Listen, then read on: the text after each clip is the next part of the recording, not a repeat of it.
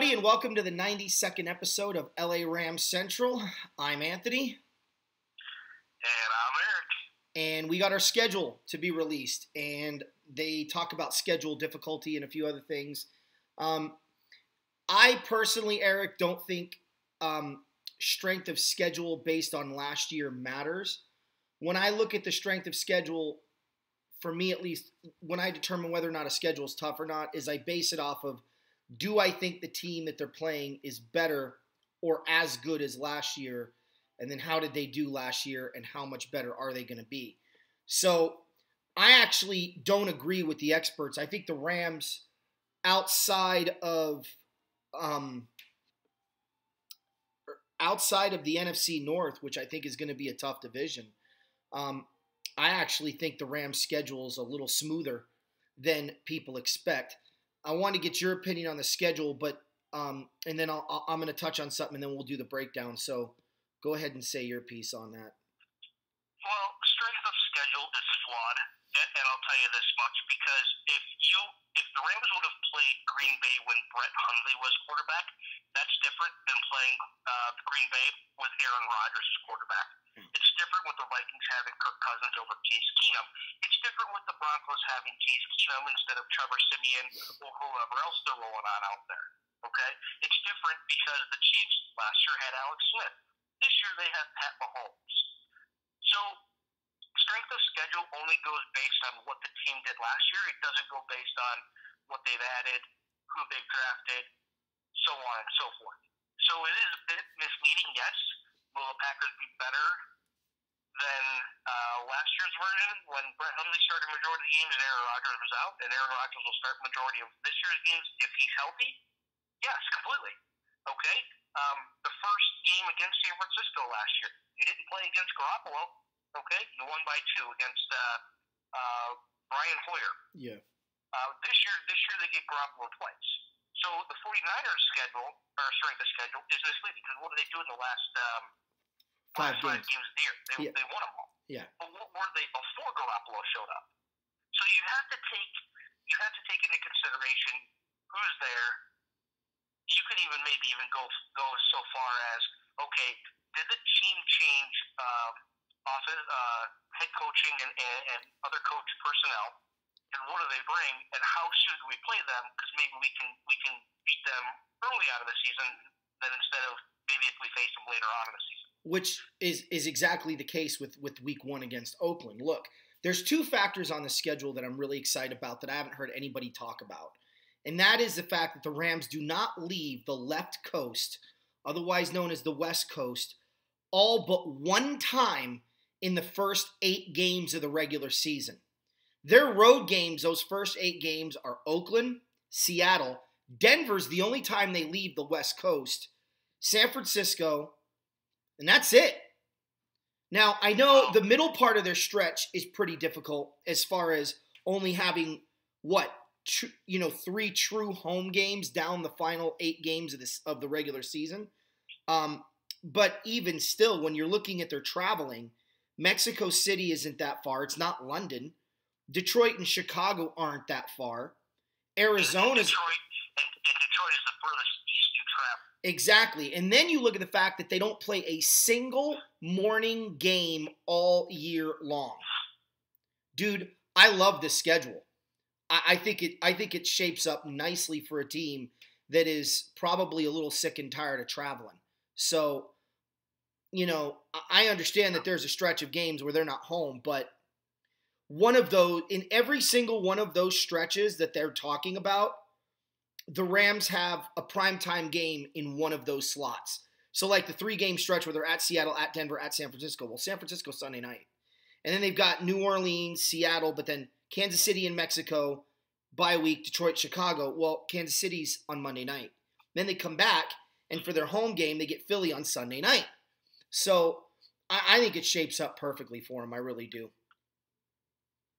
Plus, they get 11 days to prepare for Seattle. Well, yeah. Here's another thing too, which I find kind of fascinating. Okay, and I'm not sure if this really matters to Ram fans or however you look at it. Okay, but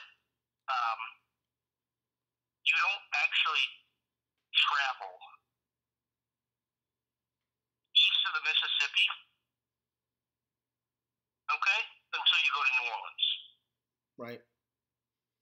Okay, and that is not until November 4th.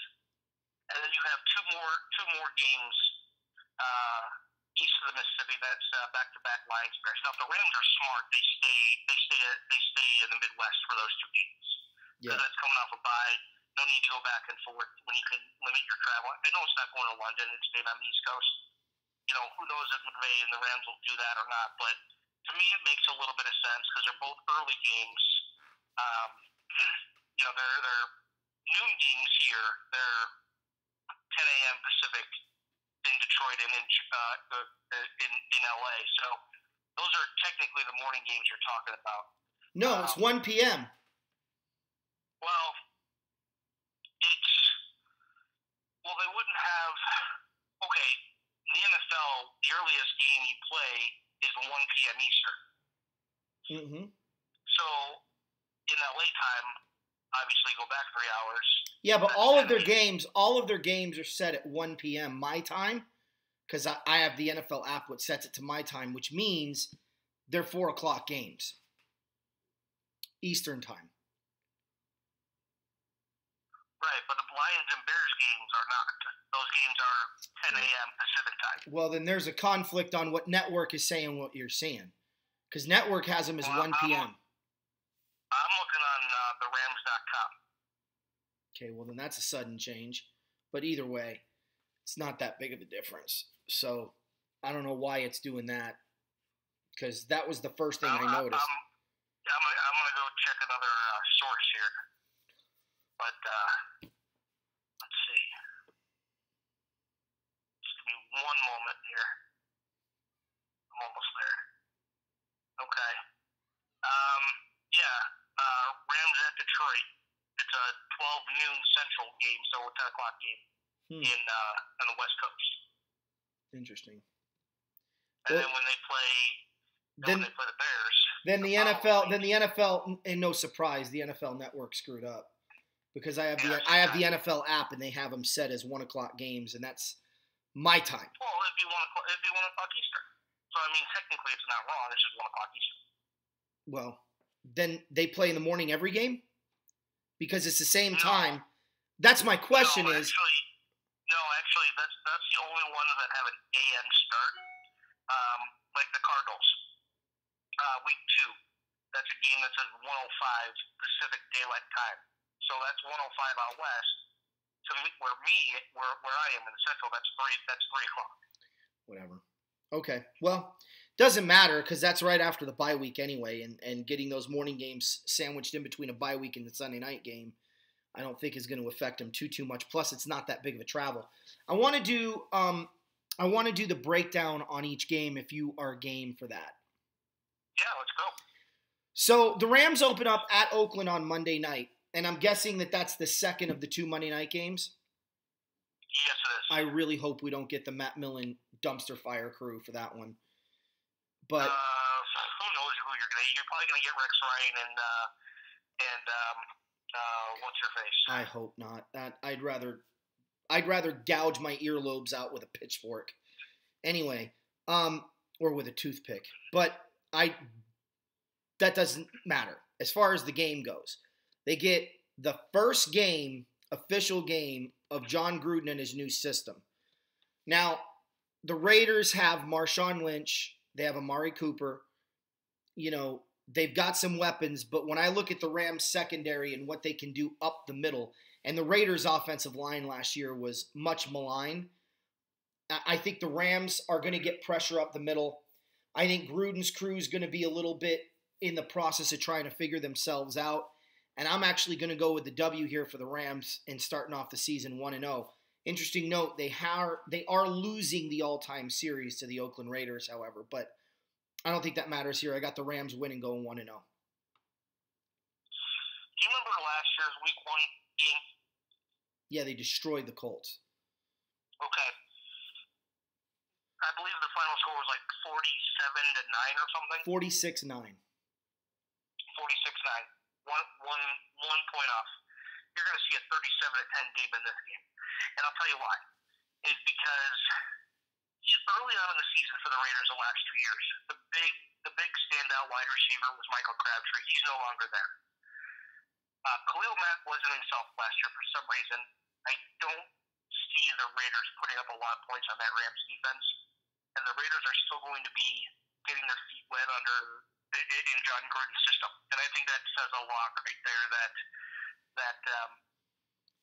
when you have a new coach and you come out and you play a tough team, you think everything's ready and good to go, but there's still a lot of kinks that need to be worked out. And the Raiders are going to find out early in this game that there's still a lot of kinks that need to be worked out under John Gruden. So you're going to see another big Rams Week 1 opening win. Yeah, and then Week 2 they get Arizona in LA, and that's a gift. The Cardinals are a joke. New head coach, new system. Sam Bradford's the quarterback. I know they're going to have David Johnson, but the Cardinals are old.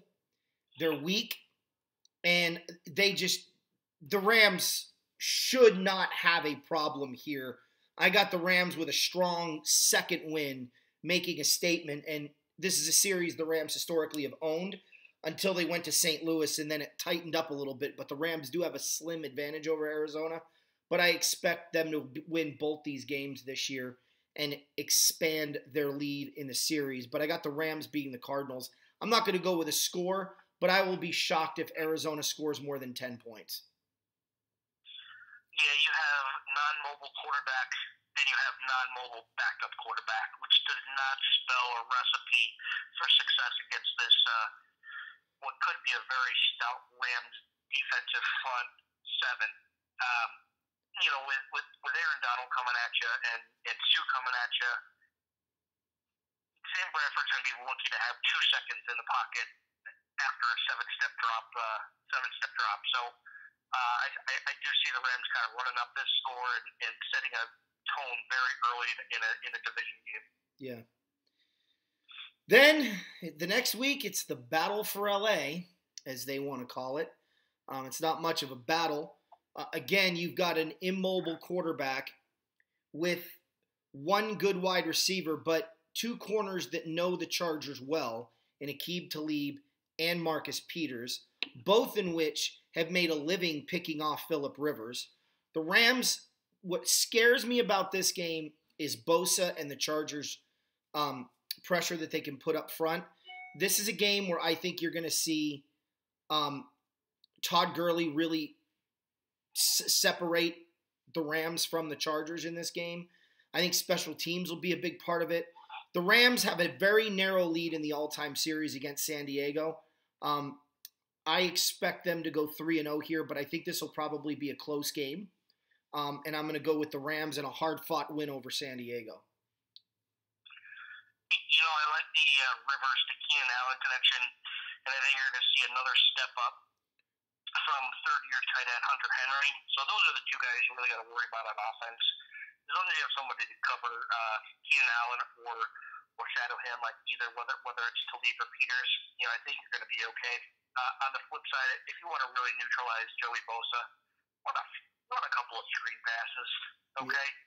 That's really going to make him think twice about whether or not he wants to rush the edge. Yeah. So I don't think it's going to be that close of a game. The Chargers are getting old. Obviously, they've had injuries with Allen, not last year, but the previous 2 years. Antonio Gates is, becoming statuesque when he's on the field. So there's really not a battle here of LA, but it's more like a massacre of LA. Oh wow. Well, I always get nervous when the Rams are in a big game setting, so maybe that's me being cautiously optimistic. Well, the next game is a Thursday night game, short day's rest, against the Vikings in LA. And the Rams do not beat Minnesota. I don't care if it's postseason, preseason, regular season. I'm curious if we're going to have grape versus mustard as far as the uniforms. But I'm going to go with Minnesota here. The Rams, Dalvin Cook's going to be back.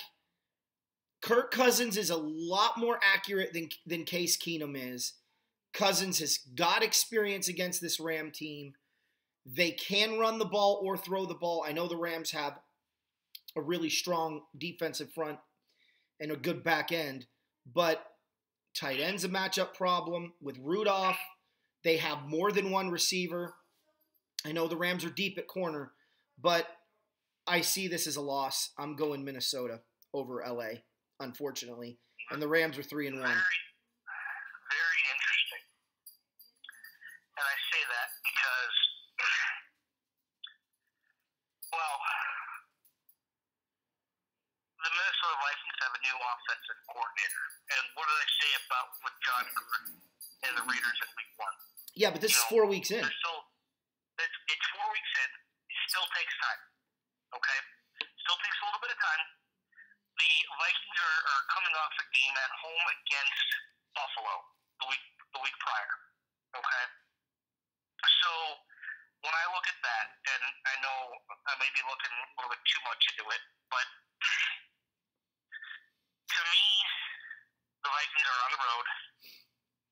And by the way, just to let you know, Case Keenum had a higher completion percentage than last year. I'm talking overall, Eric. I'm not talking about a one-year snapshot. Yeah. Anyways,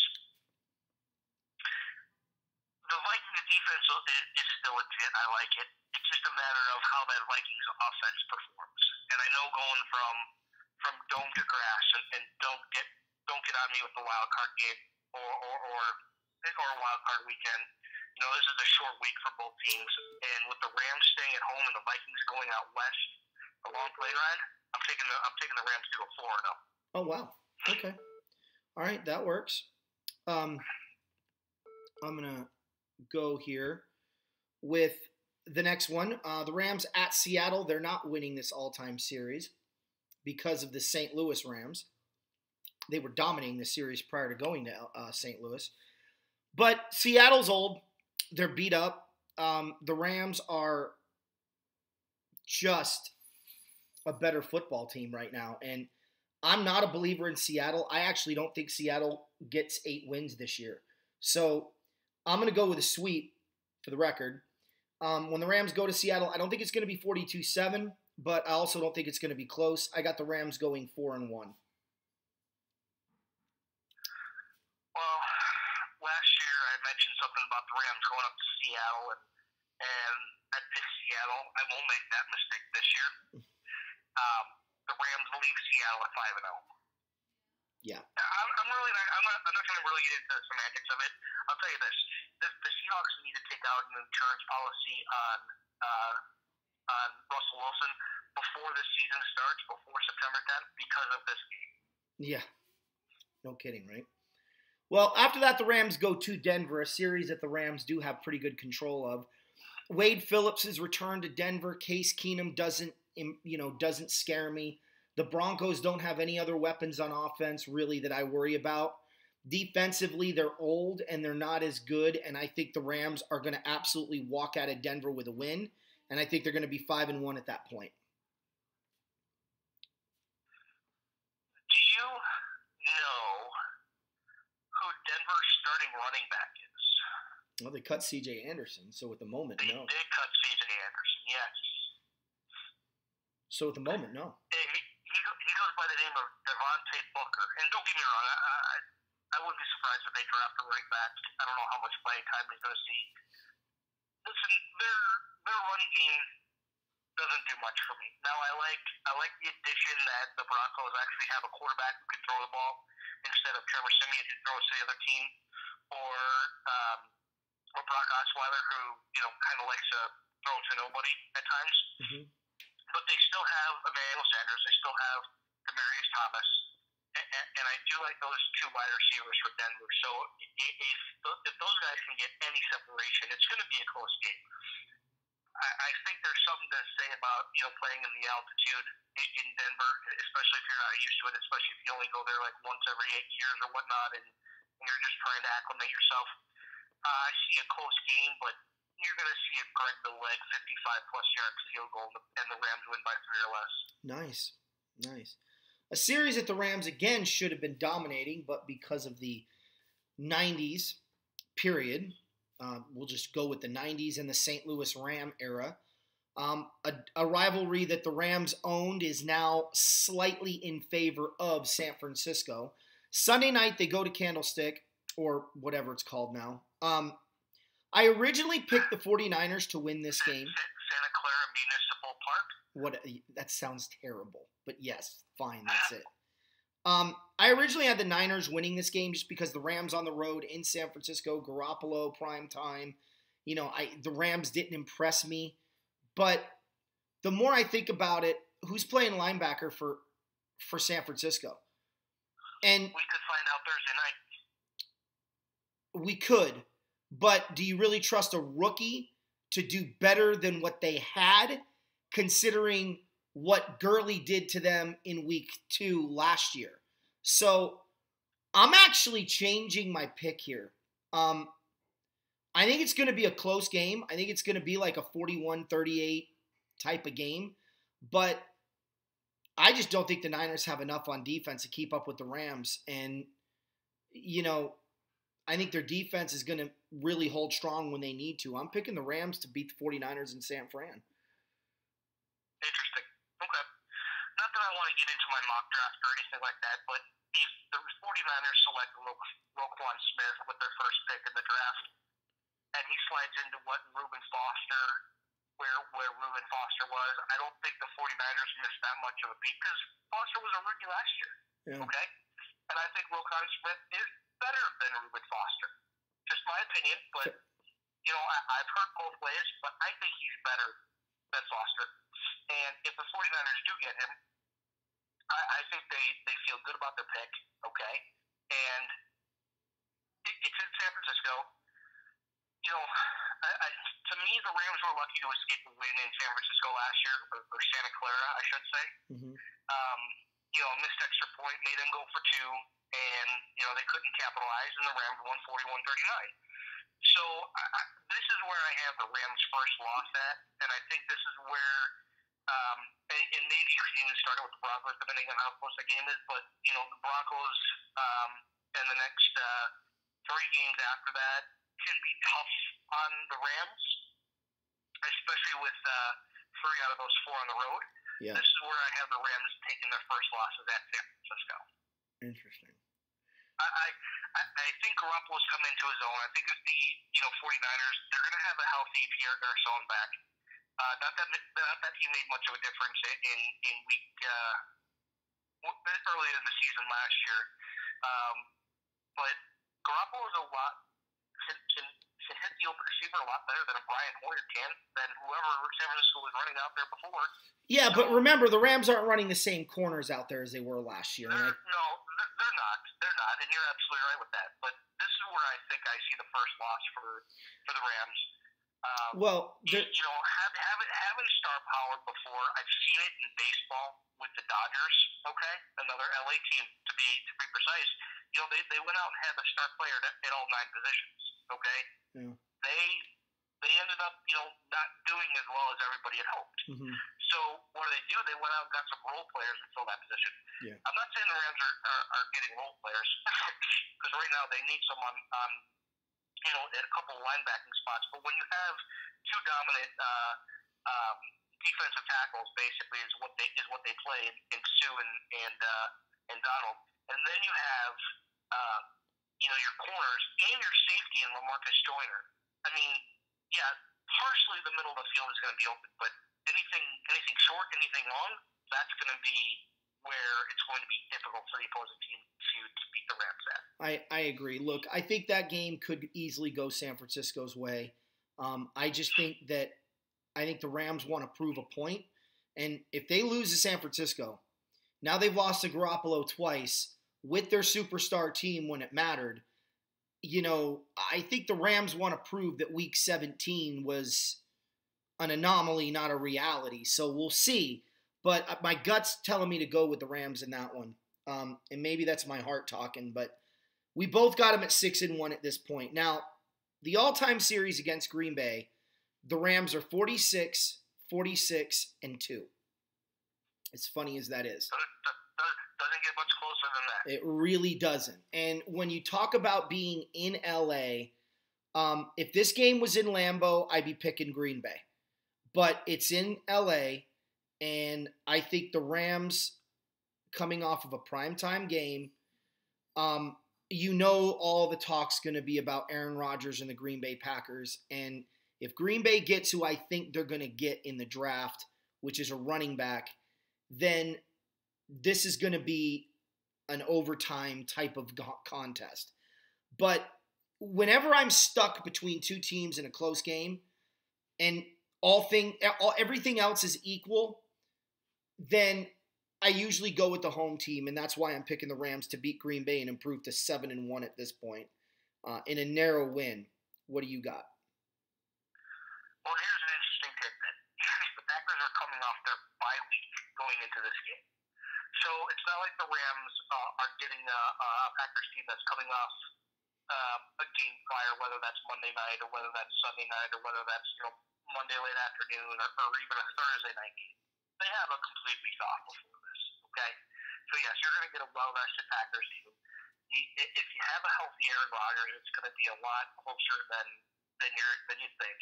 But I see the Rams taking it to Green Bay in this game. And taking it to them, I mean Aaron Rodgers is running for his life. The way he ran for his life against Anthony Barr last year for the Vikings before his shoulder decided to go kaput, that's what Donald and Sue are going to be doing to him. Yeah. Okay. So I have the Rams beating the Packers in this game. At New Orleans,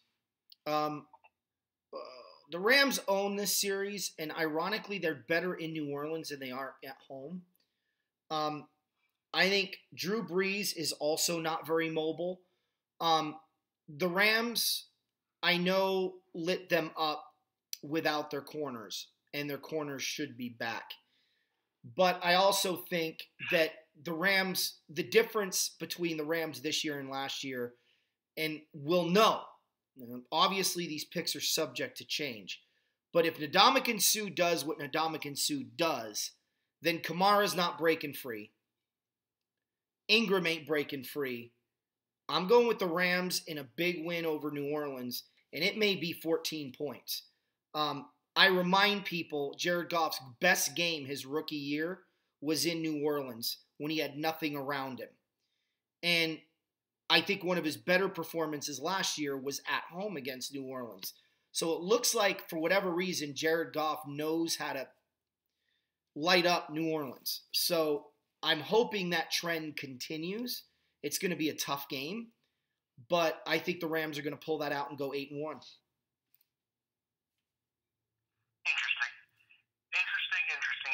To me, this all tells me that this game really features on,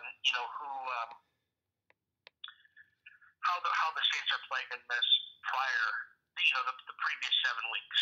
And I think a lot goes into what you've done the week before. Well, New Orleans is going to Minnesota the week before for a Sunday night game. So they're going to be technically, time-wise, a short week, because not only are they playing late on Sunday night, but they also have to fly out, Thursday, Friday for the game? Mm-hmm. No, I'm sorry. This is in New Orleans. My bad. So they go home, but they're still playing on a Sunday night. I would really like, before I pick this game, I'd really like to know how the Saints are playing. Obviously, right now, I can't provide that or see that. So, yes, playing Drew Brees, when have you ever known Drew Brees to be mobile? Okay, he wasn't really that mobile in San Diego. He was never that mobile in his early years in New Orleans. He just gets the ball out quick. Yeah. So he's had those wide receivers and running backs who he could get the ball out to quick if he needed to. And he's not one of those quarterbacks to make a lot of mistakes either. So, do I see Drew Brees having a big game? Well, that depends. Because obviously, with the Saints, Michael Thomas is going to be covered by either Talib or Peters. And their other wide receiver, they don't have Snead anymore. He's going to be signed by Baltimore here because they're not matching. They're going to have Cameron Meredith coming off a knee injury that he missed all of last year. So that might technically be their number two. You can't count on Kobe Fleener. So the two other guys you have to worry about are Ingram and Kamara. So I see the Rams squeaking one out of this game, maybe even an overtime game against the Saints. Wow. Okay, so we're pretty even Steven here at the moment. I think we both can agree. Well, listen. When you look at their schedule and you kind of go through it and be like, win, and you know that it's a Rams team completely different from 2016 to 2017, and then a different Rams team from 2017 to 2018 with personnel, and you know the type of leap that Jared Goff has had, and what Gurley can do when he's behind a good offensive line and a quarterback who can actually throw the ball down the field. Yeah. Yes. Yeah. You go through that and you say, okay, well, a game that they probably should have lost, they're going to win now. Right. The Rams come home to play Seattle. I don't see the Seahawks. I think either Seattle's going to be out of it at this point, or the Rams will see an opportunity to eliminate them from the postseason at this point, or at least seriously damage their playoff hopes. I think the Rams absolutely roll Seattle to go to 9-1. Yeah, this game at home isn't much of a contest. Seattle somehow found a way last year to beat the Rams in LA, and it surprised me because I know as we go through these games, I think about that game and say, okay, where are the Rams going to have a letdown? Okay, where are they going to have the fumbles and the interceptions? Now you get those typically every game, but it's all a matter of timing as well. Yeah. The Rams had some ill-timed fumbles against the Seahawks in LA last year. Now, I'm not saying obviously it's going to happen this year. The Seahawks don't have the same personnel that they had, prior years. And so they're kind of undergoing a rebuilding, especially on that defense. There's no kind of. It's a rebuild. Well, yeah. I mean, they still have Earl Thomas, so unless they trade him for a bunch of draft picks on draft night, then I'll believe the full rebuild. But if you still have Earl Thomas back there, you're not technically rebuilding. You're just retooling. Okay. It's just taking a little bit of time. You need more than one player, dude. Well, I get that, but so I don't see the Rams having any issues with the Seahawks this year, home, away, on the moon, Jupiter, or neutral field. It doesn't matter. Now, after this, interesting enough, they get an extra day to prepare in Mexico to play against Kansas City. Now, I don't believe Patrick Mahomes is going to be good enough to beat the Rams by himself. So, for me, this game makes me nervous because Kareem Hunt can gash you. They've got speed in Tyreek Hill. They've got a great tight end. That quarterback is mobile. But I think Marcus Peters makes a pick somewhere along the way and returns it for 6, and that's going to be the difference in this game. I got the Rams narrowly escaping Mexico with a win, and I got them at 10-1. If Alex Smith were still a quarterback in this game, I would be more than tempted to pick the Chiefs. But Pat Mahomes is still a rookie. I don't see any type of Deshaun Watson-like ability with him. Yes, he is mobile, but I just don't see, he wouldn't be that first quarterback off the board if the draft were redoing. He'd still be that third, fourth, fifth quarterback off the board. Yeah. But he's coming into his own. He had a decent game in Week 17 in Denver last year. He made some very ill-advised throws, but you expect that out of a rookie. And I expect his second season, technically, but first as a full starter, to have those growing pains as well.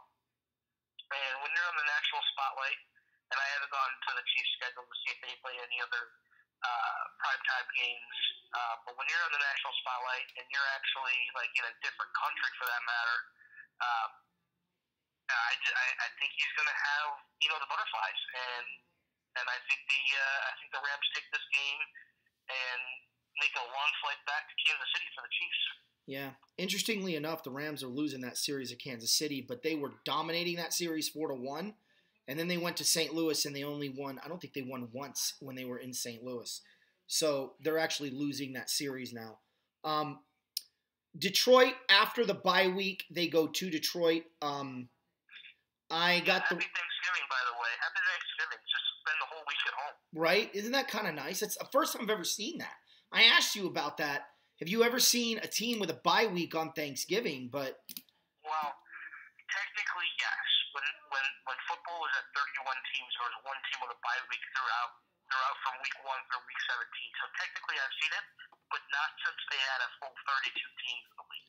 yeah, and The furthest they went was week 12. Okay, I've seen it up to week 12, but week 12 was always before Thanksgiving. yeah, it's crazy. But nonetheless, the Rams get a bye week there, so I'll be enjoying some turkey and watching some football with no concerns at all, which will be kind of nice. They come out of the turkey break. They go to Detroit on Sunday, the day after Thanksgiving, and I think the Rams go into Detroit, and I think they don't have any problems with a not very good Detroit Lions football team. Yeah, Ndamukongsu is licking his chops at this schedule and saying, "Oh, I get to go back to Detroit and I get to feast on Matthew Stafford for Thanksgiving in my own right." There's no way I see the Lions pulling this game out. I mean, stranger things have happened, yes, but not in this game. Now, after that, they go to Chicago and play the Bears. Now, I'm not expecting a homer pick here. I think we both have the Rams going 12-1. But let me just tell you where my concern is. No team in NFL history owns the Rams like the Chicago Bears. The all-time series, it's not even close. The Bears lead the all-time series against the Rams 53-36-3. It is by far the largest discrepancy between the Rams and an opponent than anybody else. I mean, by a lot. So I look at this and I go, the Rams should win, but how many years should the Rams have won? But then the Chicago factor kicked in and the Rams lost. It's also December in Chicago for an LA team. I'm not saying this is the 85 Bears, but I don't think this is easy of a game to pick as people think. I'm going with the Rams to win, but this might be that letdown game you were talking about. Well, the Bears are 5-1 in their last 6 games against the Rams, and those last 6 games were in St. Louis. Previous to that, let's see here. Actually, hold on one second. Give me 1 second. Sorry, I think I might have. Hold on. Take your time. I'm pulling it up too. Freaking Bears. Okay, prior to that, the Rams won 4 straight. Okay, so it's been a little back and forth where teams have gone on runs, and really they typically don't face each other in back-to-back years, but they did actually face each other in 94 twice, 95, 96, 97, 98, 99, and then not again until 02 and 03, and then 08, 09, and then 12 and 13. So they're depending on where they fall in the standings, and the Rams and Bears won't be in the same position in the standings after this year, so they probably won't play each other next year. I'd put big money on that if that were me. So yeah, I see that, and the Bears actually have a quarterback this year. Now I'm not saying that he's the next Brett Favre, and he's going to come in and be the magic man that we all need, and I'm not comparing him to Don Mikowski either. But it is outdoors. It is Chicago in December. You should fly out for this. We should do Facebook Live, YouTube Live at the game for it. But you won't, which is fine. But I don't see the Bears winning this. Well, keep in mind, letdown game possibility, because the Rams have the Eagles the next week. I understand that they may be overlooking the Bears to the following week, but to me, Sean McVay is not that type of coach to let that happen. Yeah. And I think he knows, last year, here's a little bit of taste of everything that happened. We got beat by a decent Atlanta squad. We're not letting that happen to us again. We're going for that. We're going for that bye week. Yeah. Well, that brings me to Week 15, another team that has an advantage over the Rams by 2 games in the all-time series. The Rams had an opportunity to tie it last year. They're at home on Sunday night against Philly. Carson Wentz, before the injury, was unstoppable. I worry about this game. I actually have the Rams losing a second time right here. I got them going 12-2 only because I think the Eagles have enough weapons. They've got the confidence. They've got the experience. They've got the line. And there's too many weapons on that offense. And I think that Eagles defense knows how to get pressure on the Rams quarterback. Whitworth wasn't beat very often, but he was beat quite often in that Eagle game. So in big moments, not for the, he didn't get beat every single play, but in big moments. So I'm going Philly here. I hate to say it, but I got the Rams losing a second time at home and going 12-2 at this point. Yeah, I think a full season of Jay for the Eagles, along with getting healthy every week, Carson Wentz, and then Alshon Jeffrey should be healthy if he's still not worrying about his labrum in his right shoulder. Aguilar still a pretty speedy threat. Depending on who the Rams decide to cover with Peters and Talib. But where I think the Rams would be vulnerable, obviously, is down the middle of the field with Ertz. And the Eagles have actually added. They filled a lot of holes. They've got much needed depth as far as personnel. Gurley's not going to be running up the middle, especially if Haloti Ngata is healthy. Remember last year I talked about him a lot with Detroit, how they were a top 5 run defense, and then he went out and they were a bottom 5 run defense. Yeah.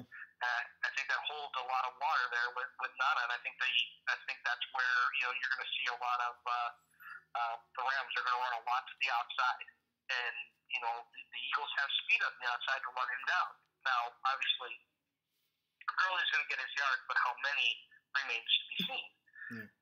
I do have the Eagles beating the Rams as well in LA. Yeah, it's going to be a tough one, but then they come. It's going to be a tough game. I wouldn't be surprised if it's a one-score game. But I think that's I think it's a great Sunday night game, and even just looking at the primetime games for the NFL, I think they got a lot of them right. I do too. The Rams, after that, they go to Arizona. I'm not going to spend a lot of time here. The Rams are going to absolutely smoke them. They're going to need to win both of these games for home field advantage because I think Philly could be looking at either 3 losses by the time they play the Rams or 2 losses, which means the Rams will be playing to see if Philly can win as well. So I'm going to go, I think the Rams handle Arizona, no problem, even if they are resting guys. I got the Rams going 13-2. Yeah, there's unless Kurt Warner's coming out of retirement and Larry Fitzgerald takes 10 years off his age and David Johnson is running for 250 yards in the game, there's no way that the Cardinals are going to win this game.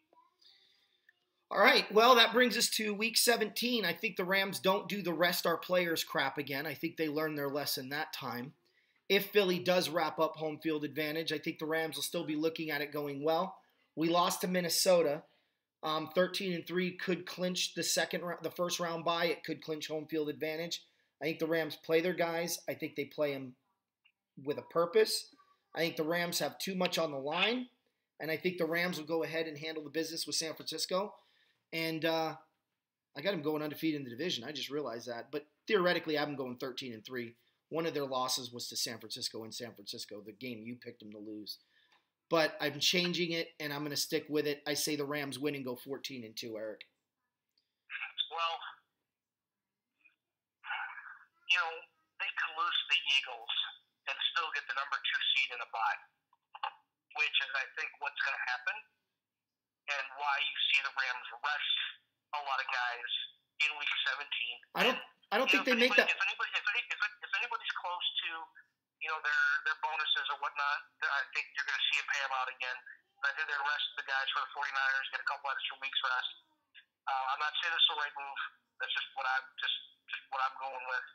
And I think the 49ers beat the Rams. See, I don't think McVay wants to lose 3 games in a row to his best friend. And I certainly don't think he wants to lose 2 games in a row in LA, 3 games in a row in LA.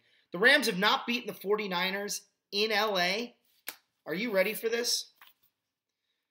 Since they've been the LA Rams, I'm going to this right now. Hold on, give me a minute. Since they've been, well, just period. The Rams have not beaten the 49ers in LA since 1980. 1980 is the last time the Rams beat San Francisco in LA. I think McVay is smart enough to know history, and I think he's not going to let that happen. You've got him going 13-3 and being swept by San Francisco. I've got him going 14-2. Or 13-3 with only 1 loss to San Francisco. If anything, they'll split with him. I don't think they're going to get swept by him. But, again, subject to change, right? Well, yeah, absolutely subject to change. And I think if it's one of those games where if the Rams win, they get the number 2 seed, then I don't see them just laying down and resting guys. It really all depends going into that game. What needs to happen for them to get a bye week, and I think that's their second goal on their goal sheet. First one is to win their division or win a division title. The second goal is to get a bye week. The third goal is to let's get to the Super Bowl, and fourth is let's win the damn thing. Yeah. Okay. But I think they might know history. Okay. And he might look at that 49ers and Rams and look at that history, and he might have Snead or Kroenke breathing down his neck saying, "Hey, you got to beat the 49ers." But then McVay's smart enough to be like, "I understand what you're saying. I respect what you're saying, but my guy's health going into the playoffs is more important than a game where we're going to wrap up the number 2 seed already." Well, see, again, that's where I disagree. You don't play all year long worried about the health of your guys. All of a sudden now you're going to play the injury game. You can make that mistake 2 years in a row, and I will tell you the same thing I said before. If the Rams do that, I will pick whoever they play out of the wild card round to beat them. Because this is not a mature enough team.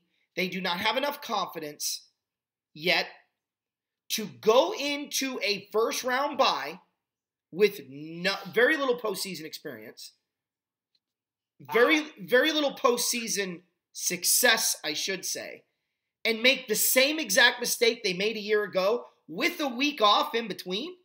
Bro, you got a week to rest your players. You don't rest them again. I get that. We went through this at the end of last season too. That's just what I think McVay does. Would I do it? No, I wouldn't do it. I don't think McVay makes that mistake 2 years in a row.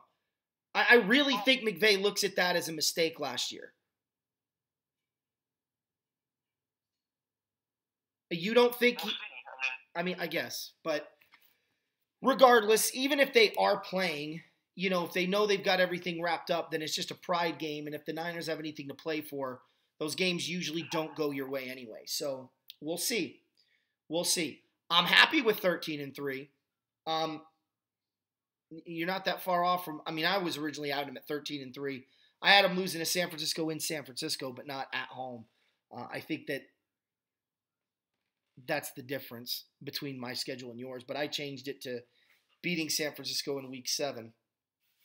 But hey, last year we nailed it. I had the Rams going 12-4. I believe you had the Rams going 10-6. I had the Rams sweeping San Francisco. That was why I lost. You had the Rams getting swept by Seattle. that's why you ended up going 10-6 instead of 11-5. So, you know, we're pretty good at this. I think we can attest that so far, right? Correct. Yes. All right, man. Well, listen, I got to go. Yeah, one thing I'm looking forward to, too, just now that I thought about it, I'm looking forward a little bit more to that Mexico City game against the Chiefs, because I'm curious to see how Sammy Watkins does against the Rams. Yeah, that'll be pretty fun. That'll be pretty fun. And do they put Peters on Watkins? Wouldn't that be interesting? But oh, yeah, that would be great. yeah, absolutely. All right, man. Well, listen, guys, we appreciate all the subscribers. Keep subscribing, keep watching, keep the compliments coming, keep your mock draft projections coming. That is our show on either Monday or Wednesday. I'm not sure which yet, but it will have to be before Thursday because we want to get in there. But I like to wait the week of the draft just because I think if you do more than one mock draft, you're kind of an idiot. So anyway, that's me. That's my 2 cents. Eric, is there anything you want to wrap up with? I'm good. I'm looking forward to our mock draft to see how close it is. LA Combat Sports and Cliff, we're gonna get to your mock drafts that you guys posted last week. Thank you for doing that, and we'll go through your guys' mock draft as well. Your top 5 or top 10, whichever one you posted, and we'll have fun with it because actually mine has changed a little bit since I first wrote it down. Interesting. Mine has not. So we will see how that goes. All right, man. All right, well, I'm Anthony. And I'm Eric. And go Rams!